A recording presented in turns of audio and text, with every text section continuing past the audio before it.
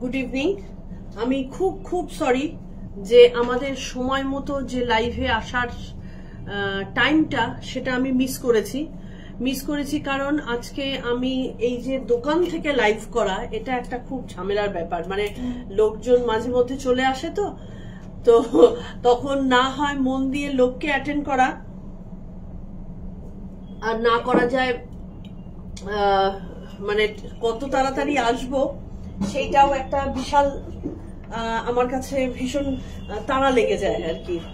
তো আমি ওই জন্য ঠিকই করেছি, আমি এরপর থেকে এই দোকান থেকে মানে যেখানে আমার লোকজনের আসা যাওয়াটা বেশি আর কি সেখান থেকে আমি করব না, কারণ এটা থেকে আমার নিজের একটা টেনশন শুরু হয়ে যায় যে আমি করতে পারছি না, হ্যাঁ, অথচ মন ছটফট করছে, এরকম একটা ব্যাপার চলে আসে। যাই হোক, কথা না বাড়িয়ে আমি আজকে শুরু করব আমাদের গীতার 3য় অধ্যায়, যেটা আমাদের হচ্ছিল। প্রণাম মন্ত্র দিয়ে শুরু করব।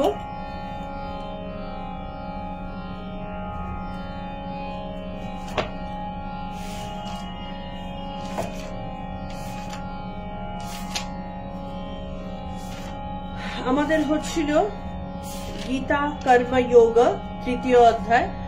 আমি অন্যান্য দিন হয়তো অনেক বকবক করি, কিন্তু আজকে দেখলাম আজকে কথা বললে একটু মুশকিলই আছে।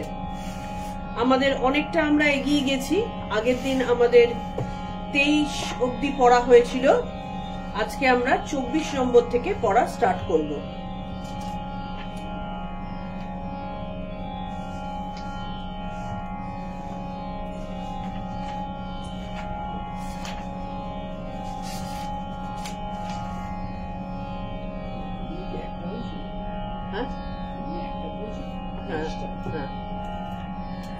প্রণাম মন্ত্র দিয়ে শুরু করছি।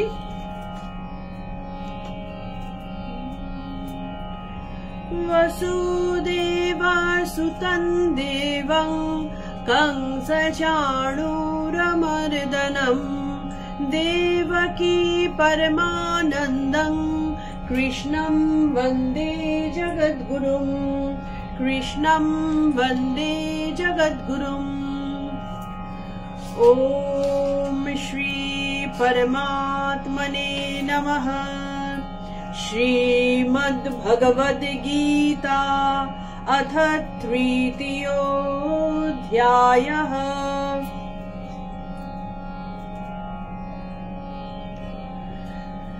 अर्जुन उवाच ज्यायसि चित्कर्मणस्ते मता बुद्धिर्जनार्दन तत्किं कर्मणि घोरे मान् नियोजयसि केशव। व्यामिश्रेणेव वाक्येन बुद्धिं मोहयसीव मे तदेकं वद निश्चित्य येन श्रेयोऽहमाप्नुयाम्। श्री भगवानुवाच लोकेऽस्मिन् विविधा निष्ठा पुरा प्रोक्ता मया नघ। ज्ञानयोगेन साङ्ख्यानां कर्मयोगेन योगिनाम्। न कर्मणामनारम्भान् नैष्कर्म्यं पुरुषोऽश्नुते न च सन्न्यासनादेव सिद्धिं समधिगच्छति। न हि कश्चित् क्षणमपि जातु तिष्ठत्य कर्मकृत् कार्यते ह्यावशः कर्म सर्वः प्रकृतिजैर्गुणैः। कर्मेन्द्रियाणि संयम्य यास्ते मनसा स्मरन् इन्द्रियार्थान् विमूढात्मा मिथ्याचारस्य उच्यते। यस्त्विन्द्रियाणि मनसा नियम्यारभतेऽर्जुन कर्मेन्द्रियैः कर्मयोगम् असक्तः स विशिष्यते।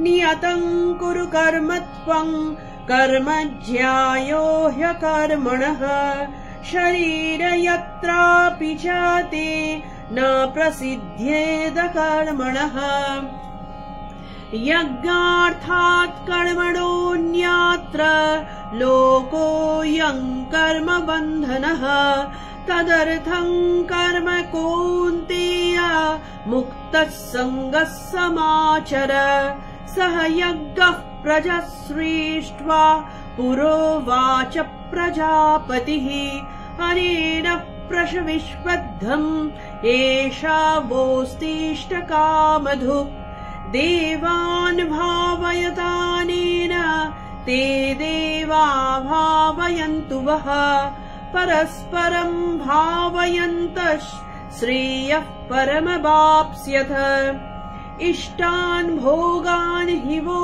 देवा दास्यन्ते यज्ञभावितः तै दत्तान् प्रदायभ्यो यो भुङ्क्ते स्तेन एव सः यज्ञशिष्टाशिनः सन्तो मुच्यन्ते सर्वकिल्बिषैः भुञ्जते ते त्वघं पापा ये पचन्त्यात्मकारणात् अन्याद् भवन्ति भूतानि पर्जन्यादन्न सम्भवः यज्ञाद् भवति पर्जन्यो यज्ञः कर्म समुद्भवः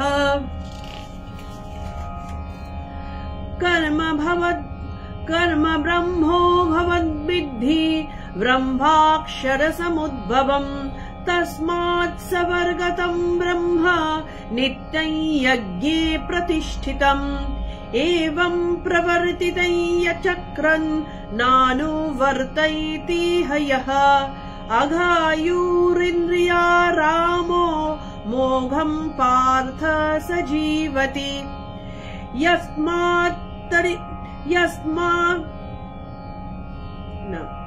यस्मात् मरतिरेव स्यात् आत्मतृप्तश्च मानवः आत्मन्येव च सन्तुष्टस्तस्य कार्यं विद्यते नैव तस्य कृतेनार्थो न कृतेनेह कश्चन न चास्य सर्वभूतेषु कश्चिदर्थव्यपाश्रयः तस्मादसक्तः सततं कार्यं कर्म समाचर असक्तो ह्याचरन् कर्म परमाप्नोति पुरुषः कर्मणैव हि संसिद्धिम् आस्थिता जनकादयः लोकसङ्ग्रहमेवापि सम्पश्यन् कर्तुमर्हसि यद्ददाचरति श्रेष्ठस्तत्यदेवेतरो जनः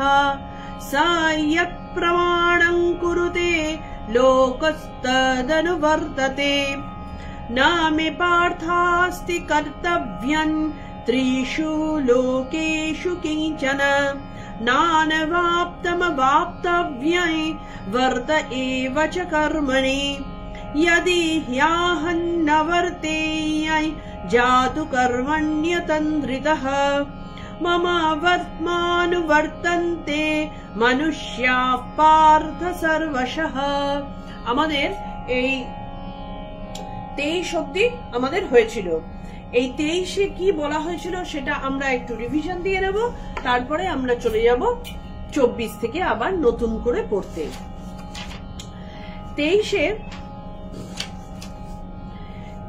এখানটাতে বলেছিলেন यदि ह्याहं न वर्तेय जातु कर्मण्यतन्द्रितः मम वर्तमानुवर्तन्ते मनुष्याः पार्थ सर्वशः মানে অর্জুনকে শ্রীকৃষ্ণ বলছেন যে যতই তুমি বলো না কেন যে আমার এটা ভালো লাগছে না বা আমি এই যুদ্ধ করতে রাজি নই কিন্তু এটা কখনোই তোমার পক্ষে শ্রেয় নয় এই কারণে কারণ তুমি সমাজের চোখে একজন উচ্চ স্থানের ব্যক্তি তোমাকে দেখে 5টা মানুষ আরো ফলো করবে সুতরাং যারা শ্রেষ্ঠ ব্যক্তি তাদের নিজেদের প্রয়োজন না থাকলেও লোক হিতার্থে তারা কর্ম করে যান ঠিক যেরকম জনক রাজা তিনি নিজে ব্রহ্মজ্ঞ পুরুষ ছিলেন এবং তিনি কিন্তু প্রয়োজন ছিল না তাকে এই পার্থিব জগতের এই সংসার ধর্মকে পালন করে বা রাজধর্মকে পালন করে তাদের এইভাবে চলাফেরার কোনো প্রয়োজন ছিল না। কিন্তু যেহেতু তিনি রাজা, রাজা যেভাবে চলবে প্রজাও কিন্তু সেইভাবে চলবে। তার কারণ রাজা শ্রেষ্ঠ অবস্থায় রয়েছেন এবং শ্রেষ্ঠতম বা শ্রেষ্ঠ লোককে সাধারণ মানুষ কিন্তু ফলো করতে থাকে। খেয়াল করে দেখবে আমরা নিজেদের জ্ঞানে বা অজ্ঞানে মনের মধ্যে ধরেই রাখি যে শ্রেষ্ঠ ব্যক্তিরা যা করবেন সেটাই ঠিক, তাদের ভুল ধরার মতন প্রগলবোধা কিন্তু আমরা দেখাতে পারি না বা দেখানোর ক্ষমতা আমাদের নেই। সেই কারণে যিনি নেতা তিনি যদি ভুল পথ প্রদর্শন করেন, একেবারে ওই যেমন ওই কি বলে বাঁশিবাদক, হ্যামলিনের বাঁশিবাদক, তার বাঁশির আওয়াজে যেমন পিলপিল করে সব ইঁদুর আর মেয়েগুলো বাচ্চাগুলো সবাই দৌড়েছিল, ঠিক তেমনি রাজা বা নেতা যদি ভুল পথ দেখান তখন আমাদের মতন সাধারণ মানুষও কিন্তু সেই একই রাস্তা ফলো করবে, যেটা আমাদের সমাজে অলরেডি এখন হচ্ছে। সেই কারণে ক্ষত্রিয়ের কাজ হচ্ছে লোক রক্ষা, নীতি রক্ষা এবং তোমার সমাজ রক্ষা। এক কথায় দুষ্টের দমন হচ্ছে ক্ষত্রিয়ের ধর্ম। তো সেই ক্ষত্রিয় যদি বলে যে আমার ভাই বলে কি আমার আত্মীয় বলে কি আমার দাদু বলে আমি এদের সাথে যুদ্ধ করব না, তাহলে তো আমাদের এই ধর্ম তোমার যে ক্ষাত্র ধর্ম সেটা তার স্বধর্ম পালন করলো না। এবং আমাদের সমাজে যে সৎ ধর্ম প্রবর্তনের প্রয়োজনীয়তা সেই সময় এসেছিল সেইটা তো প্রবর্তিত হবে না, যেটা এই সময় হচ্ছে। এই সময় আমাদের অলরেডি প্রয়োজনীয়তা এসে গেছে সমাজে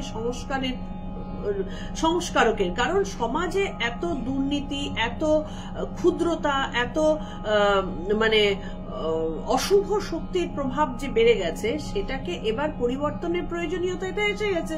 কিন্তু প্রপার নেতা যেহেতু আমাদের নেই, আমরা সেই কারণে কাকে ফলো করব সেটা বুঝতে পারি না। এবার আমাদের মধ্যে নেতা তৈরি হওয়ার মতন গুণাগুণও নেই।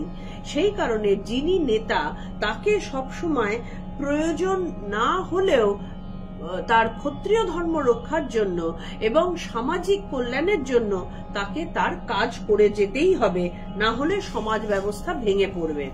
এই কথাই কিন্তু শ্রীকৃষ্ণ বলছেন। এমনকি অবতার পুরুষেরা যখন যুদ্ধও করেন তখনও সেটা বুঝতে হবে তারা কিন্তু বেসিক্যালি সমাজ কল্যাণের জন্য যুদ্ধ করছেন। এবার যদি কেউ নিজে নিজে ভেবে বসে যে আমি একজন সমাজ সংস্কারক বা আমি একজন মহাত্মা, তো তাহলে সেটা আবার খুব ভুল হয়ে যাবে। কারণ গীতা কিন্তু আমাদেরকে বলে দিয়েছেন সেই মহাত্মার লক্ষণ কি, গুণাগুণ কি, কি বললে আমরা বুঝতে পারবো যে এ মহাত্মা ছিল, কি করলে আমরা বুঝতে পারবো এ মহাত্মা। তো মহাত্মার কিছু স্পেশাল গুণ থাকে, সেই গুণগুলো যদি তার মধ্যে প্রকটিত হয় তাহলে বোঝা যাবে যে হ্যাঁ এ মহাত্মা এবং একে ফলো করা যায়, তখনই আমরা কিন্তু তাকে ফলো করতে পারি, না হলে আমাদের পক্ষে এইটা সম্ভব নয়। এবার আমরা 24 থেকে আসছি। 24 থেকে আমরা নতুন পড়া শুরু করব।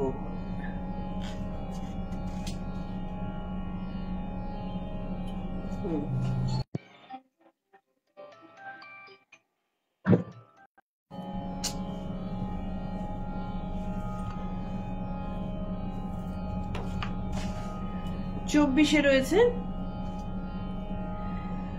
উৎসীদেয়ুরিমে লোকা ন কুর্যাং কর্ম চেদহম শঙ্করস্য চকার্তাস্যম উপহন্যামিমাঃ প্রজাঃ। এটার আগে সংস্কৃত মানেটা বলে দিই, তারপরে ডিটেলসে বলবো। उत्सिदेयुरिमे लोका न कुर्यां कर्म चेदहं शंकरस्य च कर्तास्यामुपहन्यामिमाः प्रजाः। चेत माने यदि, अहम आमी, कर्म न कुर्याम यदि कर्म ना करी, आमी माने भगवान बोलছেন, इमे लोका এই লোক সকল উৎসিদেয়ু উচ্ছন্নে যাবে বা বিনষ্ট হয়ে যাবে। সংকরস্য চ কর্তাস্যম, এবং সংকর বর্ণ সংকর মানে যার যেটা উচিত সেটা সে নয়, মিশ্রণ তৈরি হবে।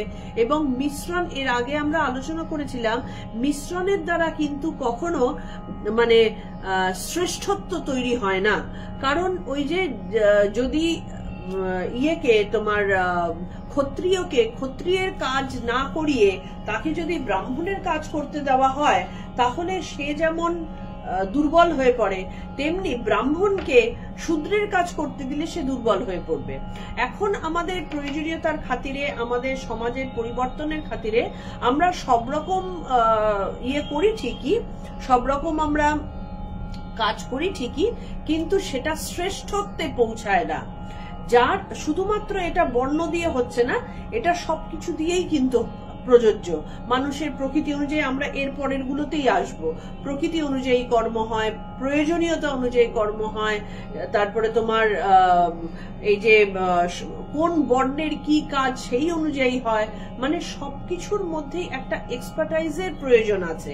তা যদি প্রপার কাজ না করা হয়, যদি শ্রেষ্ঠ ব্যক্তি প্রপার কাজ না করেন, তখন এই বর্ণ সংকরের একটা প্রভাব দেখা দেবে, এবং তাতে করে কি হবে, প্রকৃতি বেসিক্যালি উচ্ছন্নে যাবে এবং সমাজ উচ্ছন্নে যাবে। ইমা মানে এই, প্রজা মানে জীব সকল, উপহান্যাম মানে বিনাশের কারণ হব আমি তখন, মানে ঈশ্বরই তখন এই জীবেদের সব নষ্ট হবার কারণ হয়ে দাঁড়াবেন। তাহলে একজন যে আর কি মানে শ্রেষ্ঠ ব্যক্তি, সেই শ্রেষ্ঠ কি কখনো কারোর বিনাশের কারণ হতে পারেন? যদি দেখা যায় কোনো ব্যক্তি শ্রেষ্ঠ জায়গায় রয়েছেন কিন্তু তার কারণে বিনাশ সৃষ্টি হচ্ছে, তার মানে তিনি শ্রেষ্ঠ না। তখন মানুষেরই উচিত তার বিবেক দ্বারা সেই যিনি শ্রেষ্ঠ বলে ভনিতা করছেন তাকে সরিয়ে দিয়ে শ্রেষ্ঠ ব্যক্তিকে আসল জায়গাটা করে দেওয়া।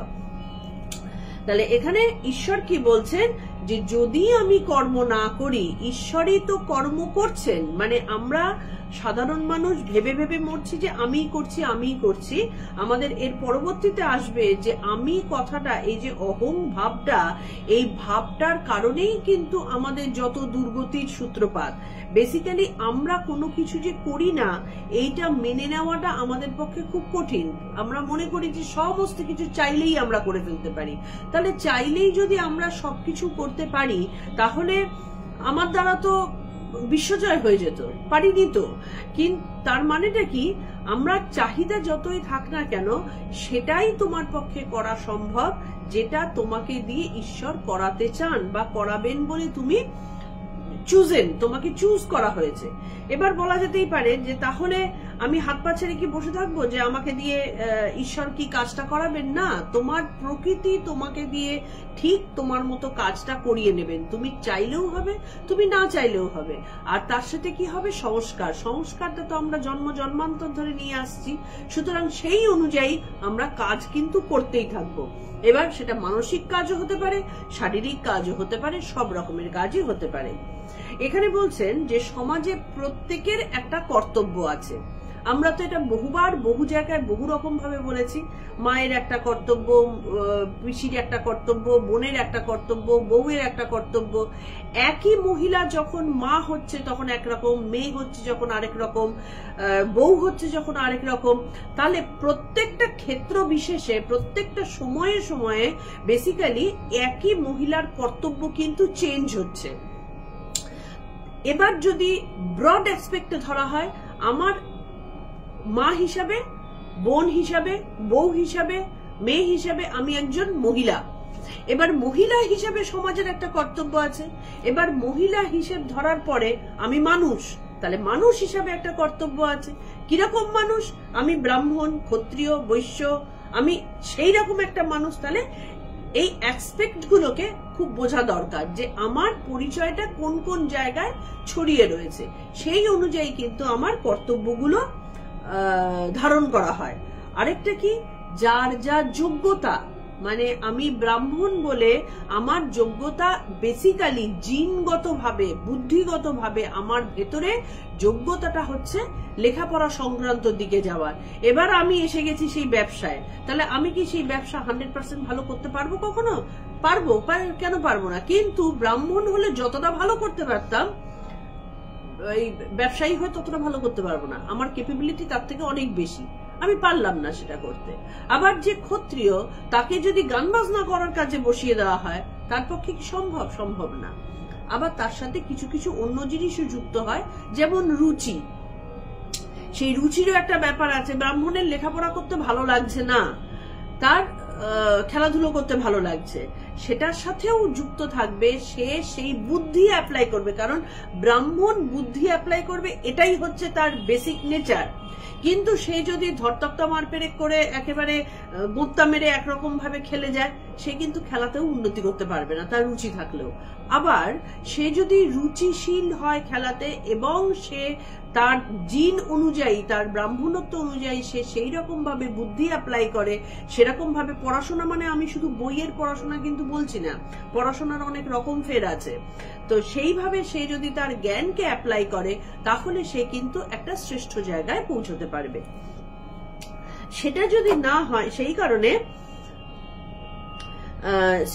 ভগবান শ্রীকৃষ্ণ বলছেন যে আমি যদি কাজ না করি, শ্রীকৃষ্ণ কি কাজ করছেন? শ্রীকৃষ্ণ দেখিয়েছেন তখন ত্রেতা যুগে, এই দাপর যুগে এসে নিষ্কাম কর্মযোগ। শ্রীকৃষ্ণ কিন্তু সেই সময় নিষ্কাম কর্মযোগ এবং প্রেম শিক্ষা দিয়েছেন তিনি তার বৃন্দাবন লীলায়, এবং বাকি পুরো সময়টা ধরে তিনি কিন্তু, এবং বৃন্দাবন লীলা থেকেও তিনি কিন্তু কর্মযোগের শিক্ষা দিয়েছেন। খেয়াল করে দেখো, একটা বাচ্চা ছেলে, ছোট্ট দুধের শিশু, তাকে ছোট্টবেলার থেকে, জন্ম সময় থেকে তাকে যুদ্ধ করতে হচ্ছে। তাকে পুতনা এসে মারছে, তাকে তার নিজের মামা এসে মারতে চাইছে, তাকে বকাসুর এসে মারছে, তাকে ধেনুকাসুর এসে মারছে, কতজন অসুরের সাথে তাকে যুদ্ধ করতে হচ্ছে। তারপরে যখন সে বিয়ে করে সুন্দর সংসারী হলো, তখন তাকে যুদ্ধের কারণে তাকে বারবার করে চলে যেতে, মানে যুদ্ধের সম্মুখীন হতে হচ্ছে বলে তাকে দ্বারকায় সাম্রাজ্য নিয়ে যেতে হলো। জরাসন্ধের কারণে জরাসন্ধ বারবার করে আক্রমণ করছেন, তিতিবিরক্ত হয়ে গেছেন তিনি, সেই সময় তাকে উঠিয়ে নিয়ে যেতে হলো দ্বারকায়। সেখান থেকে আবার দেখো কুরুক্ষেত্র যুদ্ধের মতো যুদ্ধ, সমানে তো তাকে যুদ্ধ করতেই হয়েছে। তো তাহলে তিনি এই যে যুদ্ধ করেছেন, তার মধ্যেও তিনি প্রেম দেখিয়েছেন। এই যুদ্ধগুলো তিনি কি নিজের কারণে করেছিলেন? না, তিনি কিন্তু সম্পূর্ণভাবে ভারতবর্ষের কারণে, ভারতকে একত্রিত রাখবার কারণে, সমাজের জন্য করেছিলেন। এবং আলটিমেটলি তিনি কি দেখালেন? কর্মযোগের শিক্ষা দিলেন। শ্রীকৃষ্ণ সেই সময় এসেই ছিলেন কর্মযোগ শিক্ষা দিতে। তাহলে সেইটা তিনি না করে, কোন কর্মযোগ? নিষ্কাম কর্মযোগ।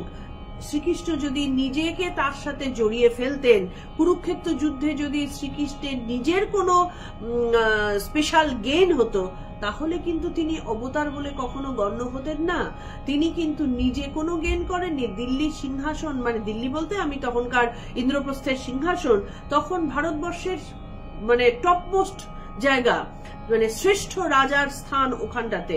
এমনকি তোমার অশ্বমেধ যজ্ঞ যখন এরা করলেন, এই 5 ভাই যুধিষ্ঠির যখন অশ্বমেধ যজ্ঞ করলেন, অশ্বমেধ যজ্ঞের কারণটা কি? সমস্ত রাজাদের মধ্যে শ্রেষ্ঠত্ব হিসাবে নিজেকে প্রতিস্থাপন করবার জন্য অশ্বমেধ যজ্ঞ। তা সেটা তো শ্রীকৃষ্ণের ক্ষমতা ছিল এবং শ্রীকৃষ্ণ তো করতেই পারতেন, কিন্তু শ্রীকৃষ্ণ কখনো সেই জায়গাটা কিন্তু করেননি। তো সেই কারণে তিনি নিজের মানে ভালোত্ব, নিজের প্রয়োজনীয়তা, নিজের জিনিসটা না দেখে বেসিক্যালি তিনি কিন্তু পরহিতার্থে নিজের পুরো জীবনটাকে বিলিয়েছিলেন। তো সেই কারণে তিনি যে নিঃস্বার্থ সেবা বা নিঃস্বার্থভাবে কর্মের যে কাজ তিনি দেখিয়েছেন, সেইটা যদি তিনি না করেন, তাহলে, কারণ শ্রীকৃষ্ণ যে শ্রেষ্ঠ সেটা তখন অলরেডি সর্বজনের মুখে মুখে সেটা প্রতিষ্ঠিত। তাহলে শ্রীকৃষ্ণকে কি বলে ছোটবেলার থেকে উচ্চ স্থানে মানুষ রেখে দিয়েছিল, তাহলে সেই শ্রীকৃষ্ণই যদি অন্য কাজ করত, তিনি যদি এই নিষ্কাম কর্মের শিক্ষাটা দেওয়া বন্ধ করে দিতেন, তিনি নিজে যদি নিষ্কাম কর্মটা না করতেন, তো তাহলে কি কোনোভাবে আমাদের ভারতবর্ষ সেই সময়ের জন্য সৎ ধর্মের প্রতিষ্ঠা হতো না। পাণ্ডব পক্ষ কিন্তু প্রতিষ্ঠিত হতে পারত না। সেই কারণে তিনি বলছেন যে আমিও যদি কাজ না করি, এটা অর্জুনকে বলছেন, আমিও যদি কাজ না করি তাহলে আলটিমেটলি ধর্ম সংকর, বর্ণ সংকর, নানাভাবে এই বিশৃঙ্খলা অবশ্যম্ভাবী, এবং সামাজিক বিশৃঙ্খলার ফলাফল কি হবে? ধর্ম লোপ পাবে। সেটাই কি আজকালকার দিনে হয়েছে না? যখন মানে ধীরে ধীরে তো সবকিছুরই অবক্ষয় হয়। শ্রীকৃষ্ণ যখন এসেছিলেন, জন্মগ্রহণ করেছিলেন, তারপরে অনেক অবতার পুরুষ এসেছেন, কিন্তু সময়ের সাথে সাথে মানুষের মন তো, মানুষ খুব তাড়াতাড়ি ভুলে যায়। তো মানুষ সেই কারণে তাদের সবসময় হ্যামারিং করতে হয়। সেই হ্যামারিং গুলোই হচ্ছে যারা চর্চা করছে তাদের জন্য ঠিক আছে, কিন্তু ম্যাক্সিমাম মানুষই চর্চা করে না। সেই কারণে আমাদের মধ্যে ধীরে ধীরে সব রকমের ধর্ম, কর্ম সবকিছুরই একটা সংকর সৃষ্টি হয়েছে, এবং আমাদের সমাজ অবক্ষয়ের পথে চলে যাচ্ছে। জানি না কবে আবার সেই রকম সমাজ সংস্কারক আসবেন সেইটাকে তুলে ধরবার জন্য। তো এখানটাতে কি বলছেন?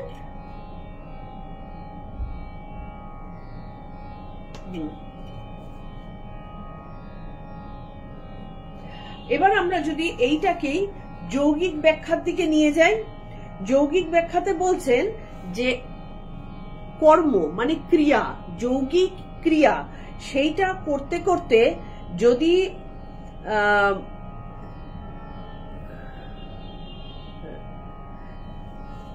সেইটা করতে করতে যখন সমাধির দিকে মন যাচ্ছে, সেই সময় যদি ঝট করে মন কোনো একটা বিষয়ের প্রতি আকর্ষিত হয়ে যায়, যখন সমাধির দিকে যায়, আগের দিন আমরা ওই বিভিন্ন স্তরের কথা বলছিলাম যে ধীরে ধীরে কি করে সমাধির দিকে যায়, সেই সমাধির দিকে যেতে যেতে ফট করে যদি মন একটা বিষয়ে কেন্দ্রীভূত হয়ে যায়, তখন আলটিমেটলি কি হয়?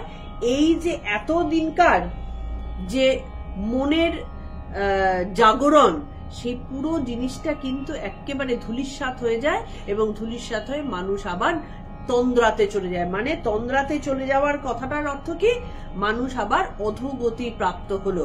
ঠাকুর যেমন সবসময় কি বলতেন যে আমাকে চেতনা দাও, মানে তোমাদের চৈতন্য হোক। চৈতন্য হোক মানেটা কি? আমাদের মন সবসময় একেবারে তন্দ্রাহীন ভাবে, যেরকম ভাবে পাহারাদারেরা পাহারা দেয়, সেই রকম ভাবে তন্দ্রাহীন ভাবে একেবারে দৃঢ় ভাবে আমাদের যেখানে যাওয়ার সেদিকে হেঁটে যাব। সাপোজ ধরো আমি দীর্ঘকাল ধরে আমি বাইরে কাজ করছি, আমার বাড়ির প্রতি একটা টান রয়েছে, আমি বাড়িতে যাব। এবার এই মানুষটাকে যদি বাড়ি যাওয়ার টিকিট হাতে ধরিয়ে দেওয়া হয়, সে যেমন একবজ্ঞা হয়ে বাড়িতে যাব কখন সেই চিন্তাই করতে থাকে, সেইভাবেই রাস্তা ধরে এগোতে থাকে। এবার যদি রাস্তায় যেতে যেতে কোনো একটা সুন্দর জিনিস দেখে, একটা সুন্দর শহর দেখে, কি একটা মানে লোভনীয় জিনিস দেখে তার মন যদি ওদিকে সরে যায়, ট্রেনটা চলে যাবে, ট্রেনটা মিস হয়ে যাবে, সে আর বাড়িতে পৌঁছতে পারবে না। তো তাহলে সে যেমন পথভ্রষ্ট হয়ে গেল, ঠিক তেমনি ভাবে ক্রিয়া করতে করতে যোগীর মন যদি হঠাৎ করে অন্য দিকে চলে যায়, বা অন্য কোনো ভাবে তার মনটা কানেক্টেড হয়ে যায়, তখন আলটিমেটলি তার সমস্ত যে অতন্দ্রিত অবস্থা সেইটা গন্ডগোল হয়ে গিয়ে আলটিমেটলি সে ধ্বংসের দিকে যায়। আর সেই কারণে কি হয়? প্রকৃতির সমস্ত যে সৃষ্টির যে সৌন্দর্যটা, সেইটা ফুরিয়ে গিয়ে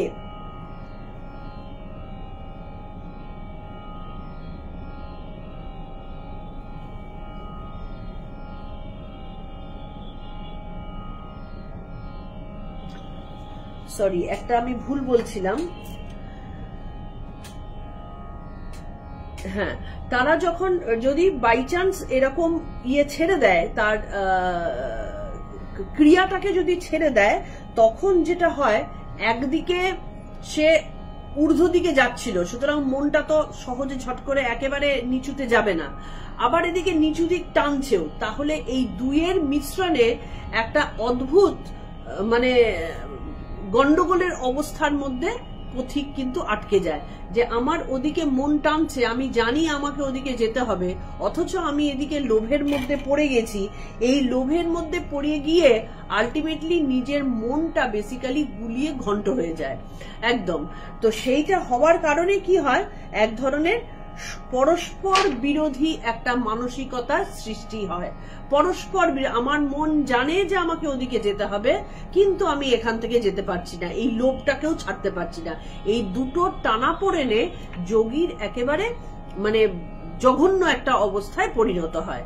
এটাই কিন্তু সংকর অবস্থা যৌগিক ক্রিয়ার মাধ্যমে বলা হয়, যে আমি না যজৌ না তস্থৌ বলা হয় না, সেই না যজৌ না তস্থৌ অবস্থার মধ্যে পড়ে গিয়ে যোগীর যে দিকে যাওয়ার উদ্দেশ্য ছিল, যেটা তিনি অতি সহজে হাসিল করতে পারতেন, সেইটাতে তিনি আর করতে পারলেন না।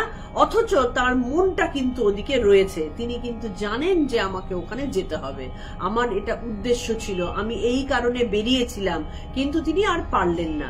তাহলে এই যে একটা খেদ, আত্মগ্লানি যে একটা উপস্থিত হয়, এবং সেটা কিন্তু মারাত্মক, কুড়ে কুড়ে খায় মানুষকে একেবারে। আমি এইরকম একটা উদাহরণ দিই। বহুদিন আগে আমি সমাজের কিছু, বহুদিন মানে ধরো এই বছর 10 আগে, আমি তখন গান বাজনা করতাম, এবং সমাজের কিছু উচ্চ স্তরের লোক যারা আমার গানটাকে নিয়ে যেতেন, এবার তাদের সাথেও আমার যখন আলোচনা হতো, তখন এইরকম প্রসঙ্গই আলোচনা হতো, কারণ এটাই আমরা ছোটবেলার থেকে শিখে এসেছি, প্রকৃতিগতভাবে এরকম আলোচনা হতো। এই আলোচনা করতে গিয়ে সমাজের উচ্চ স্তরের মানুষদের কিন্তু বড় ভয়ানক ব্যথা, মানে তারা না পারে নিচে নামতে, আবার একেবারে 100% নিচে নামতে পারে না, আবার উপরে ওঠার যে মানে বিরক্তিকর জিনিসগুলো, সেগুলো তাদেরকে বহন করতে হয়। তো সেইটা যখন তারা শুনতো, আমার কাছ থেকে এই ধরনের গল্পগুলো শুনতো, তখন তাদের মনের মধ্যে একবার আশা, মানে সেই ধরনের মানে কি বলবো, চিন্তাধারা এসেছিল যে হ্যাঁ, সত্যি কথাই আমরা যে এই যে অদ্ভুতভাবে মানে সরকারি টাকা পয়সা নয় ছয় করি, কি এমন লোকজনের সাথে ওঠা বসা করি বা মিথ্যে কথা বলি, এরকম তো ওদের করতে হয়। তো সেই জিনিসগুলো তাদের ভালো না লাগা শুরু হলো। এই ভালো না লাগা শুরু হয়ে যখন তারা নিজেদেরকে টার্ন করতে চাইলো সত্যিকারের ভালোর দিকে, তখন তারা দেখতে পেল চূড়ান্ত অশান্তি তাদের সামনে চলে আসছে।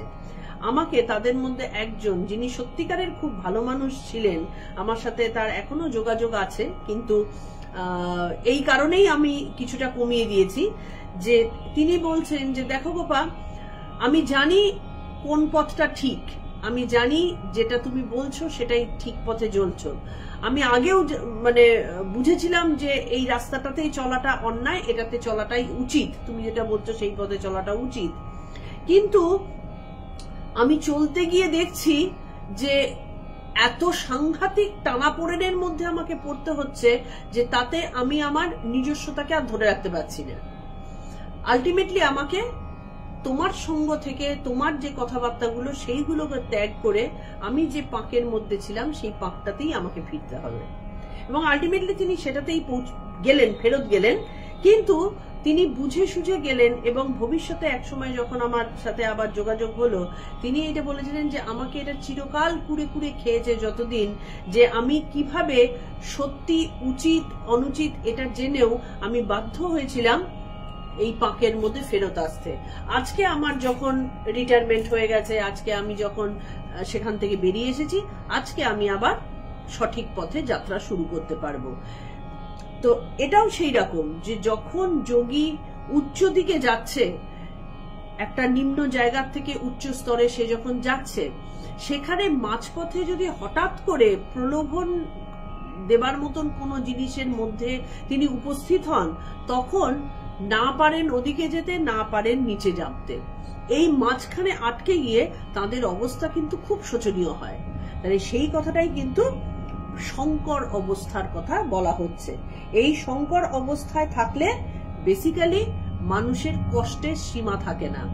যার মধ্যে বিবেক আছে, যার মধ্যে বুদ্ধি আছে, সবার হয়তো সবসময় বুদ্ধিতে কুলায় না, কারণ একটা ঘোরের মধ্যে মানুষ চলে তো, কিন্তু যে মুহূর্তে সেই ঘোর একটা না একটা সময় কাটে, যেই সেই ঘোর কাটবে তখনই সে কিন্তু পাগলের মতো ছটফট করতে থাকে, আমি এটা কি করছিলাম।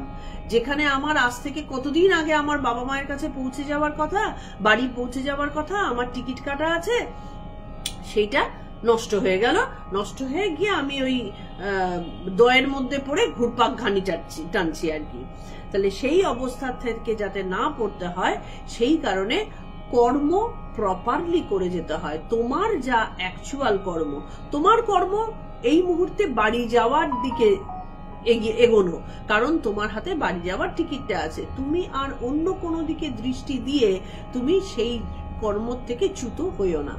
ঠিক এক্স্যাক্টলি সেই কথাটাই কিন্তু ভগবান শ্রীকৃষ্ণ অর্জুনকে বোঝালেন, যে তুমি কখনোই তোমার যা কর্তব্য সেইটা থেকে বিচ্যুত হয়ে তুমি অন্য কর্তব্যের দিকে যাওয়ার চেষ্টা করো না। কারণ অর্জুন তার আগে কি বলছেন, যে আমি যুদ্ধ তো করবই না, আমার এই রাজ্যপাঠও চাই না, আমি ভিক্ষাবৃত্তি গ্রহণ করব, আমি ব্রাহ্মণের মতন করে পুজো পাঠে নিজেকে নিমগ্ন রাখবো, আমার দ্বারা এই যুদ্ধ হবে না। সেই কারণে শ্রীকৃষ্ণ বোঝালেন যে তুমি যা করতে চলেছ একটা সংকর অবস্থা সৃষ্টি করতে চলেছ, কারণ তুমি যখন যুদ্ধ ছেড়ে তুমি ব্রাহ্মণত্বের দিকে পা বাড়াবে, তখন তোমার স্বভাব এবং তোমার ওই যে বেসিক ধর্ম, তোমার প্রকৃতি তোমাকে সেই জিনিস করতে দেবে না, অথচ তুমি যুদ্ধ ছেড়ে পালিয়ে এসছো। তখন তোমার একটা সংকর অবস্থার সৃষ্টি হবে, এবং তোমার দেখা দেখি সমাজের অন্যান্য লোকও এই একই জিনিস ফলো করা শুরু করবে, এবং তাতে কি হবে, সমাজেও সেই সংকর অবস্থার সৃষ্টি হবে, এবং সমাজ আলটিমেটলি একেবারে ধূলিসাৎ হয়ে যাবে। সুতরাং যার যেটা উচিত কর্তব্য তাকে সেটা করতেই হবে।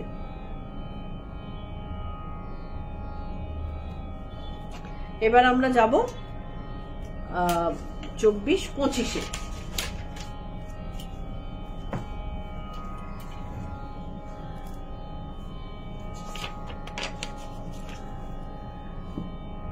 सक्ता कर्मण्य विद्वांसो यथा कुर्वन्ति भारत कुर्याद्विद्वांस्तथा सक्तश्चिकीर्षुर्लोक संग्रहम।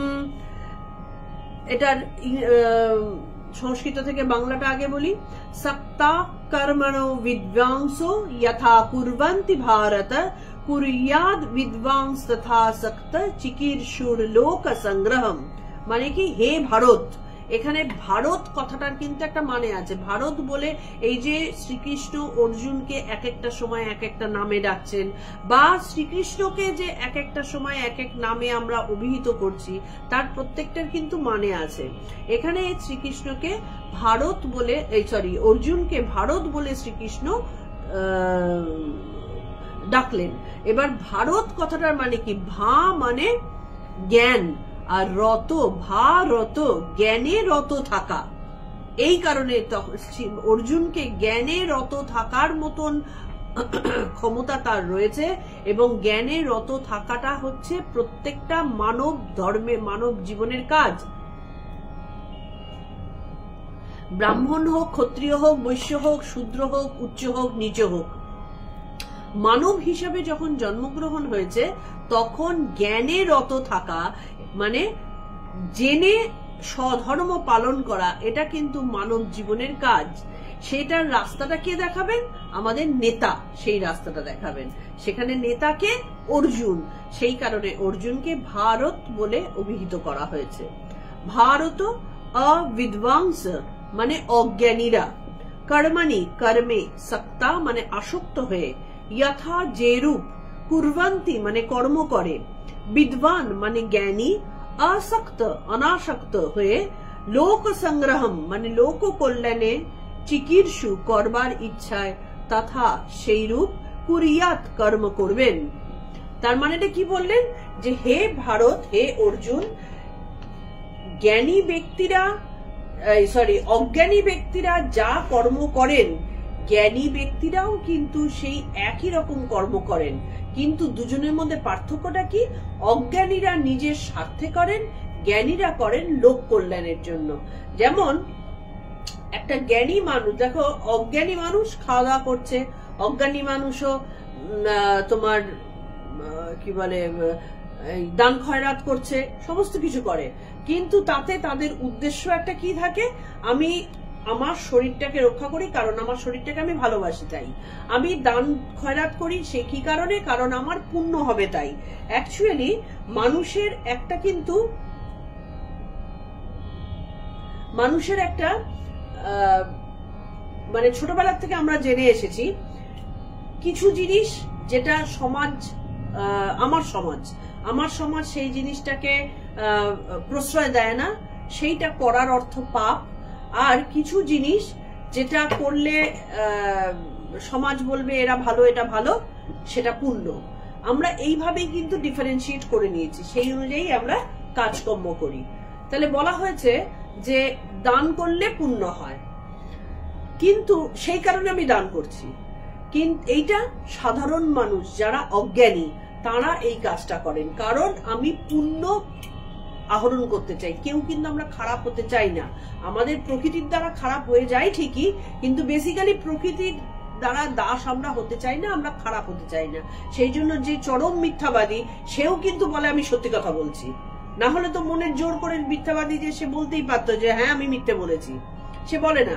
একটা চোর সেও কিন্তু বলে আমি চুরি করিনি, কারণ সে সবসময় ভালো থাকতে চায়, সমাজের চোখে ভালো থাকতে চায় বলেই সে আলটিমেটলি মানে মিথ্যেটাকে সত্যির মতন করে বলে। তো সেই কারণে যারা অজ্ঞানী ব্যক্তি তারা সব কাজই করছে, কিন্তু বেসিক্যালি করে আত্মকেন্দ্রিকতায়। যে প্রচুর দান করছে, যে প্রচুর দরিদ্র সেবা করছে, মানুষের মুখে খাবার দিচ্ছে, কিসের জন্য দিচ্ছে? সে কি বলবো মানে আত্মকে ভালোবেসে করছে, যে আমি এটা করলে আমার বেশ পুণ্য হবে। আরো যারা নিচের লেভেলের তারা কি করবে? আমি এটা করছি তাতে আমার বেশ নাম হবে, সে তাড়াতাড়ি করে ছবি টবি তুলে তাড়াতাড়ি করে ফেসবুকে দিয়ে বহু লোকজন নিয়ে ঢাক ঢোল পিটিয়ে সে কাজটা করবে। কিন্তু যে সত্যিকারের দানি, যার মধ্যে মানে তার ভালো করা ছাড়া, মানে যাকে দান করছেন তার ভালো ছাড়া আর কোনো উদ্দেশ্য নেই, তার ক্ষেত্রে কিন্তু ডান হাতের দান বাঁ হাত জানতে পারে না, কেউ জানতে পারে না, তারা গোপনে দান করে দিয়ে চলে যান। এমনকি তারা যখন দান করেন তখন এই চিন্তাও করেন না যে এই দানটা করার জন্য আমার একটা ভালো কিছু হলো। তিনি দানটা করছেন কারণ তার মহৎ হৃদয় তার ওই লোকটাকে দেখে, কি ওই কুকুরের বাচ্চাটাকে দেখে, কি ওই দরিদ্রটাকে দেখে তার কষ্ট হচ্ছে, তার ভালো লাগার জন্য তিনি দান করছেন, নিজের কিচ্ছুর জন্য না, পুণ্য কামানোর জন্যও নয়। তাহলে এখানে বলছেন, হে অর্জুন, অজ্ঞ ব্যক্তিরা আসক্ত হয়ে যে কর্ম করে, জ্ঞানী ব্যক্তিরা অনাসক্ত হয়ে সেই কর্ম করেন লোক শিক্ষার জন্য। তাদের যারা জ্ঞানী, যাদের অলরেডি জ্ঞান যোগে জ্ঞান লাভ করে তাদের মানে যে উদ্দেশ্য তাদের মানব জন্ম সেইটা পাওয়া হয়ে গেছে, তারপরেও তারা কিন্তু এই একই রকম ভাবে তারা মানে বিনা আসক্তিতে তারা এই কাজগুলো করে যান, কারণ লোক শিক্ষার জন্য তারা সেই একই কাজ করবেন। তাহলে জ্ঞানী আর অজ্ঞানীর মধ্যে পার্থক্যটা কি? জ্ঞানীও যা করবে অজ্ঞানীও তাই করবে, জ্ঞানীও খাওয়া দাওয়া করবে ঘুমোবে, অজ্ঞানীও খাওয়া দাওয়া করবে ঘুমোবে। কিন্তু জ্ঞানী খাওয়া দাওয়া করবে কেন? আমার এই শরীরটা দিয়ে ঈশ্বরের সাধন করতে হবে, আমার এই শরীরটা দিয়ে জনকল্যাণ করতে হবে, সেই কারণে তিনি রাখবেন। আর সাধারণ মানুষ কেন করবে? অজ্ঞ মানুষ কেন করবে? আমার শরীরটাকে আমি খুব ভালোবাসি, সেই কারণে সে নিজের শরীরের যত্ন নেবে। তার জন্য কোনো দান খয়রাতের জন্য বা বড় জোর আমার পরিবারকে দেখতে হবে, পরিবারের এখনো আমার ছেলে মেয়ে বড় হয়নি, বউ বাচ্চাকে পালন করতে হবে, সেই কারণে। কিন্তু যারা জ্ঞানী ব্যক্তি তারা কিন্তু এই জিনিস কখনো করবেন না। সমাজে এরকম দু ধরনের লোক আছেন, যারা জ্ঞানী, বুদ্ধিমান, বিচক্ষণ, কিন্তু তারা সংখ্যায় খুব অল্প, তাদের কিন্তু ঝট করে বোঝা যায় না। তাহলে জ্ঞানী এবং অজ্ঞানী দুজনেই কিন্তু কর্ম করেন, লৌকিক দৃষ্টিতে হয়তো এই কর্মের মধ্যে কোনো তফাৎ নেই, আমরা হঠাৎ করে দেখে বুঝবো না যে এদের মধ্যে কোনো পার্থক্য আছে কি নেই, কিন্তু পার্থক্য আছে, সেটা অন্তরে অতি গুপ্ত অবস্থায় সেই জিনিসটা থাকে। যারা জ্ঞানী তারাও গুপ্ত রাখেন, যারা অজ্ঞানী তারাও গুপ্ত রাখেন, মানসিক ইচ্ছেটা গুপ্ত রাখেন। যারা অজ্ঞানী তারা কি বলবেন যে হ্যাঁ গো আমি এই পুণ্যটা কামানোর জন্য করছি, কি হ্যাঁ আমি এই নামটা কামানোর জন্য করছি, করবে না, তারা বলবে না। কিন্তু তাদের মানসিক ইচ্ছেটা এটাই যে আমি যদি এই কাজটা করি তাহলে 5টা লোকে আমাকে বাহবা দেবে, 5টা লোকের কাছে আমি স্বনামধন্য হব, অথবা আমি এই কাজটা করে স্বনামধন্য নাই বা হলাম, কিন্তু আমি কিছু পুণ্য তো করলাম, তাহলে আমার পুণ্য তো কামাই হলো। কিন্তু যারা জ্ঞানী তারা আমার মন খারাপ লাগছে ওর জন্য, সেই কারণে তিনি সব কাজগুলো করবেন। কেন করবেন তার কারণটা কি? জ্ঞানী অজ্ঞানীদের মধ্যে কোথায় এটা পার্থক্য? অজ্ঞানী ভাবছেন এই কাজটা আমি করছি, আমি আজকে অজ্ঞানী, সেই কারণে আমি কোনো কিছু একটা করেই বলবো যে ওরে আমার সেই ভিডিওটা দেখেছিলি, আমার সেই লাইভটা দেখেছিস, আমি কিরম বলছি শুনেছিস, এইটা আমি বলবো। কিন্তু যারা জ্ঞানী তারা কিন্তু জানেন যে আমি নই, কাজটা করছে বেসিক্যালি প্রকৃতি। কারণ এইটা একটা সুন্দর জিনিস, আমি দেখি এইখানটাতে বলা যায় কিনা, না এটা এখানে বলা যাবে না, এর পরেরটাতে আছে, এরপরে আছে। জ্ঞানী যিনি তিনি দেখছেন যে তিনি জানেন যে আমার কোনো ক্ষমতাই নেই এই কাজগুলো করার বা দান করার। আমি এই বিষয়ে বোধহয় একটা গল্প করেছিলাম যে আমার ভাইজাকে গিয়ে কি হয়েছিল, একটা কুকুরকে বিস্কিট খেতে দেওয়া নিয়ে, এই গল্প আমি আগে করেছি। তো কুকুরটাকে সে ক্ষুধার্ত, আমি বুঝতে পারছি তার খিদে পেয়েছে, সে খাবার জন্যই এসেছে, তাকে তাদের খাবারই বিস্কিট, তারা সেগুলো সবাই রাস্তাঘাটে খায়, আমি আগের দিনও দেখেছি যে সে খেয়েছে সেই বিস্কিট, কিন্তু আমি যখন দিতে গেলাম সে মুখ ছুঁয়েও দেখলো না। তার মানেটা কি? প্রয়োজন থাকলেও যদি ঈশ্বর না ইচ্ছে করেন তোমার ক্ষমতাই নেই কারোর মুখে এক বিন্দু অন্ন তুলে দেবার বা কাউকে এতটুকু সাহায্য করার। আর যদি কোনো কাজ তোমার দ্বারা হচ্ছে বলে মনে হয় তাহলে সেটা বুঝতে হবে ঈশ্বরের সেই রকম ভাবেই তোমাকে সামনে রাখার ইচ্ছে, তাই তোমার দ্বারা সেই কাজটা হচ্ছে, না হলে সেই কাজটা তোমার দ্বারা করা সম্ভব হতো না। এবার হতে পারে এমন অনেক বদমাইশ লোক আছে যারা প্রচুর দান ধ্যান করছে, তাহলে আমরা বলতে পারি ঈশ্বর কি তাকে দিয়ে দান ধ্যানটা করাচ্ছেন? দুরকম ব্যাপার আছে। ঈশ্বরের চাল বোঝা কিন্তু বড় কঠিন জিনিস। সে যদি প্রকৃতির দ্বারা, সে তো প্রকৃতির দ্বারাই চালিত, প্রকৃতির দ্বারা চালিত হয়ে তার যদি অহংবোধটা অত্যন্ত বেশি থাকে তখন ঈশ্বর কি করেন? সেটাকে বাড়ান, তুই দেখ কতদিনে তোর চেতনা হয়, তোকে বাড়াবার সুযোগ দিচ্ছি, তুই বাড়াতে থাক আর অহংকারে মটমট করতে থাক। তো সেই অহংকারে মটমট করতে করতে করতে করতে তার দ্বারা আলটিমেটলি কি হয়? ভুল কাজ, ভুল চিন্তা, ভুল পদক্ষেপ নেওয়া হয়ে যায়। কারণ অহংকার মানুষকে সবসময় ভুল পথেই চালিত করে, তাকে কখনোই সুপথে, সুস্থ পথে চালিত করবে না। সেই কারণে ঈশ্বর ওই যে বলে না, দিয়ে ধন দেখে মন, কেড়ে নিতে কতক্ষণ। তাহলে যিনি এইভাবে কাজ করাবার সুযোগ দিয়ে, লোকমান্যতা দিয়ে, সমাজে তার একটা শ্রেষ্ঠত্ব দিয়ে তিনি দেখেন যে সে কত দূর বাড়তে পারে, কবে তার চেতনা আসে। আমি চাইছি লোকমান্যতা, ঠিক আছে নে তুই তাই নে। আমি চাইছি আমার সুস্থ সুন্দর শরীর, ঠিক আছে তুই তাই নে। আমি চাইছি আমাকে দেখে লোকেরা অ্যাট্রাক্টেড হোক, তাই নে। সব কিছু তুই নে, নিয়ে তো তোর চেতনায় আয়। কিন্তু মানুষ আসে না, নিয়ে চেতনা আসে না। যত নিতে থাকে, যত সে পেতে থাকে, তত তার মধ্যে আগ্রাসী লালসা আরো বাড়তে থাকে। আরো চাই, আরো চাই, আরো সুন্দর হব, আরো বেশি দিন বাঁচবো, আরো সুস্থ হব, আরো লোক অ্যাট্রাক্টেড হবে, আরো লোকমান্যতা পাবো, আরো ধন দৌলত হবে। এই আরো আরো আরো আরো করতে করতে সেটা তাকে একটা নেশায় পেয়ে যায়। যে মুহূর্তে তাকে সেই নেশায় পেয়ে গেল, তখনই বাই চান্স যদি কোনোভাবে বাধা আসে, সেইখানে যদি তার মানে সেইভাবে এগোনোর পথে কিছু একটা ব্যারিয়ার তৈরি হয়, তখনই তার মধ্যে আসে কি? রাগ। আমি এই রকম আমার লোকমান্যতা রয়েছে, আমি অমুকের সন্তান, আমি অমুকের ছেলে, আমার এই এত ক্ষমতা, তুই আমাকে বাধা দেবার কে?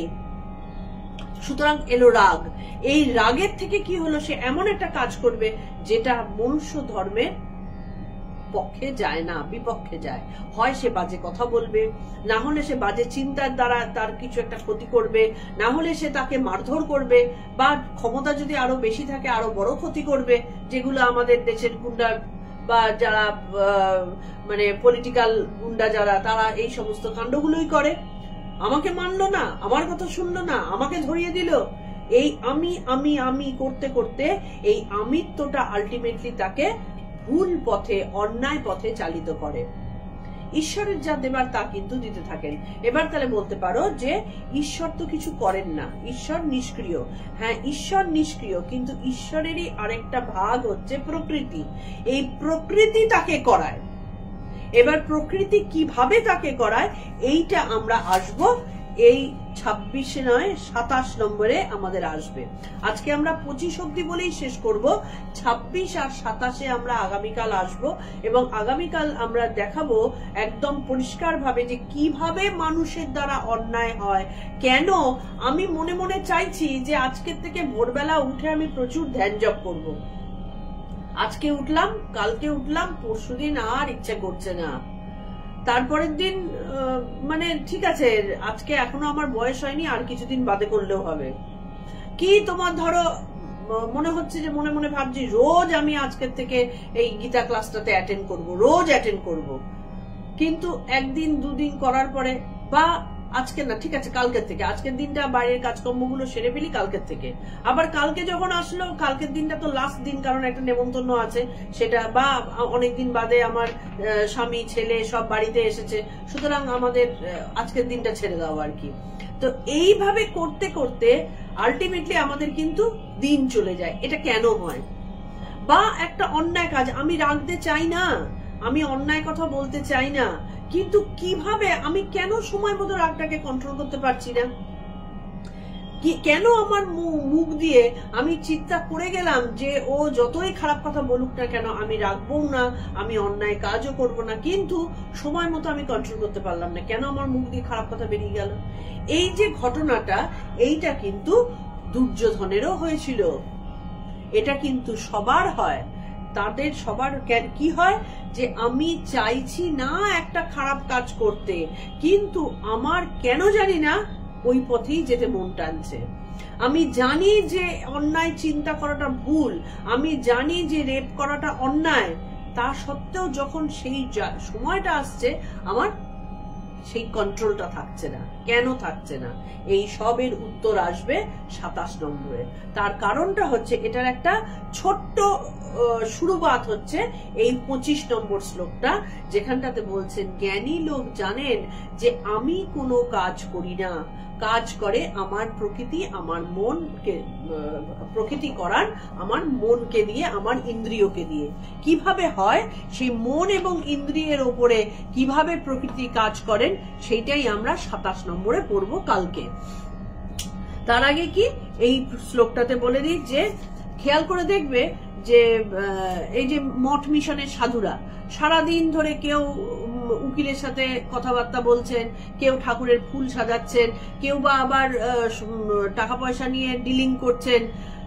এই যে ঘটনাগুলো ঘটে তাদের তো দেখলে মনে হয় যে আরে এরা তো বড় ব্যবসায়ী, সারাদিন ধরে ব্যবসার মানে ইয়ে চালাচ্ছে, তাহলে এরা কিরকম সাধু হলো? তারা করছেন না, করছে তাদের কি বলে, তাদের মন করছে, কারণ জ্ঞানী তারা হয়ে গেছেন এবং তারা জানেন যে আমি আর মন বা আমি আত্মা নই।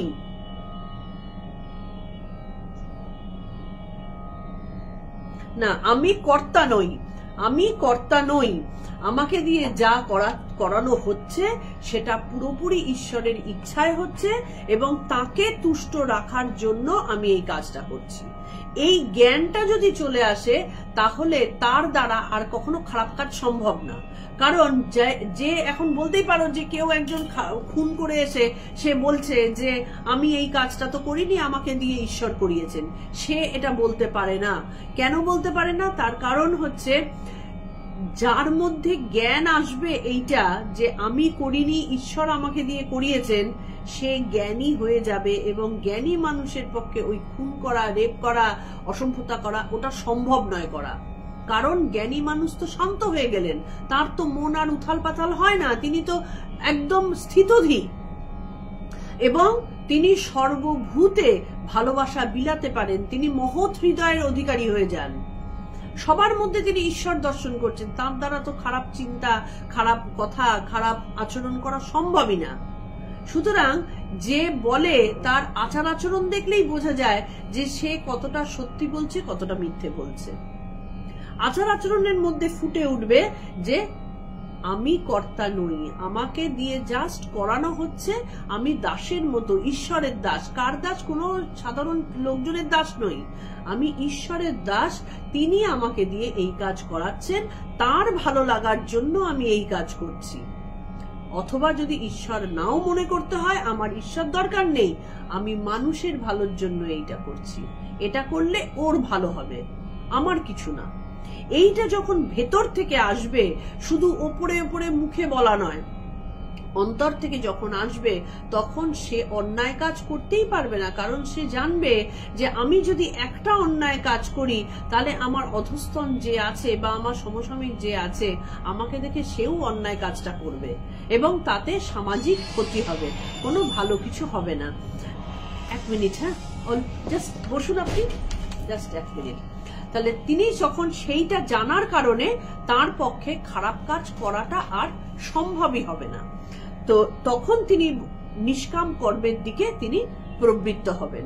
ঠিক এক্স্যাক্টলি এই জিনিসটাই কিন্তু বিভিন্ন মঠ মিশনের সন্ন্যাসীরা করেন। তারা কাজ করে যাচ্ছেন কিন্তু তাদের মন এবং প্রাণ সমস্ত কিছু ঈশ্বরে অর্পিত হয়ে ঈশ্বরের জন্য তারা কাজ করছেন। আর যারা ঈশ্বরে বিশ্বাসী নয়, মানুষের জন্য কাজ করছেন, সেই রকম ভাবেই তারা চলছেন। তো সেই কারণে তিনি বলছেন যে অজ্ঞ ব্যক্তি তারা যে কাজটা করে তারা সেটা আসক্তিতে করে, আর যারা জ্ঞানী ব্যক্তি তারা একই কাজ করছেন অনাসক্ত হয়ে করছেন। এটাই জ্ঞানী এবং অজ্ঞানীর মধ্যে পার্থক্য। সেই কারণে হে অর্জুন, হে ভারত, তুমি জ্ঞানে রত থেকে, এই যে বলছেন তুমি জ্ঞানে রত থেকে তুমি তোমার কাজগুলো করতে থাকো এবং যদি আনন্দ চাও, শান্তি চাও, আত্মজ্ঞান লাভ করতে চাও, তাহলে স্বার্থ চিন্তা আগে মন থেকে মুছে ফেলো। কারণ স্বার্থ মানুষকে ছোট বানায়, ছোটতে সুজিনিস ধরে না। আধার বড় করার জন্য আত্মকেন্দ্রিক হলে চলে না, তখন তাকে নিঃস্বার্থ হতে হয়। সেই নিঃস্বার্থ হয়ে আর তুমি করছো, তোমার ক্ষমতা কি করার, তিনি করাচ্ছেন। সুতরাং তুমি করছো এই বোধ মন থেকে সরিয়ে ফেলে অহংকার মুক্ত হয়ে তুমি যুদ্ধে রত হও। এটাই তিনি আজকে আমাদের এইটুকুই। আমার 25 নম্বর অব্দি আজকে আমাদের পড়া হয়েছে। 26 আর 27-এ আগামীকাল আমরা আরো ভালোভাবে ডেসক্রাইব করব যে কিভাবে মানুষের অন্যায় করতে ইচ্ছা না হলেও প্রকৃতিগতভাবে তারা কি করে সেই পথে চালিত হয়ে যায়। প্রণাম মন্ত্র দিয়ে শেষ করছি। আজকে আমার একটু তাড়া রয়েছে আর কি, কালকে আবার আমরা এইটা একবার একটু শাফল করব। তোমাদের কাছে প্রতিদিনকার মতন আমার রিকোয়েস্ট, যদি ভালো লেগে থাকে এটাকে রেগুলারিটি মেনটেন করো। যারা নতুন আসছো প্রতিদিন আসো। সোম থেকে শুক্রবার অবধি সন্ধ্যে 6টায় আমাদের গীতা ক্লাসটা হয়, আর শনিবার দিন 1 ঘন্টার জন্য কথামৃত পাঠ হয়, আর রবিবার 3টের সময় কথামৃত পাঠ হয়। নিজেদের পেজ থেকে শেয়ার করো যাতে সবাই এই ভালো লাগাটার সঙ্গী হতে পারে। ओम तत्सदिति श्रीमद्भगवद्गीतासु उपनिषत्सु ब्रह्मविद्यायां योगशास्त्रे श्रीकृष्णार्जुन संवादे कर्मयोग नाम 3य अध्यायः। ওম শ্রী কৃষ্ণার্পণমস্তু, ওম শ্রী কৃষ্ণার্পণমস্তু, ওম শ্রী কৃষ্ণার্পণমস্তু। ভালো থেকো, আনন্দ থেকো, কালকের নোটিফিকেশনের জন্য ওয়েট করো।